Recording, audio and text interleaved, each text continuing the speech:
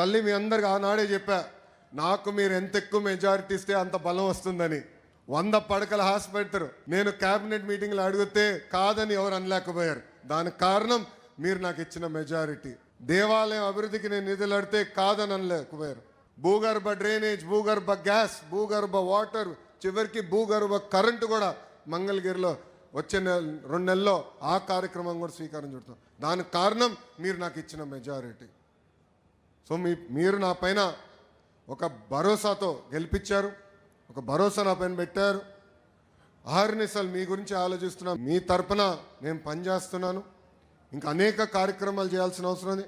ఒక పక్కన బాబు సూపర్ 6 సంక్షేమ కార్యక్రమాలు గౌరవ ముఖ్యమంత్రి గారు చాలా స్పష్టంగా హామీలు ఇచ్చారు. అదొక పద్ధతి ప్రకారం చేసుకుంటూ వెళ్తాం.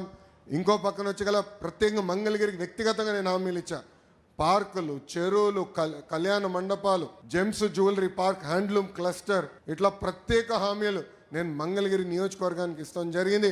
నేను నెరవేర్చే పనిలో ఉన్నానని మీ అందరూ తెలుపుకుంటూ 100 పడకల ఆసుపత్రి కూడా కరెక్ట్గా 1 సంవత్సరం అంటే 2026 ఏప్రిల్ 13న మళ్ళీ ఓపెనింగ్ చేయబోతున్నాం అని ఈ సభాముఖంగా ప్రజలందరూ నేను తెలుపుకుంటూ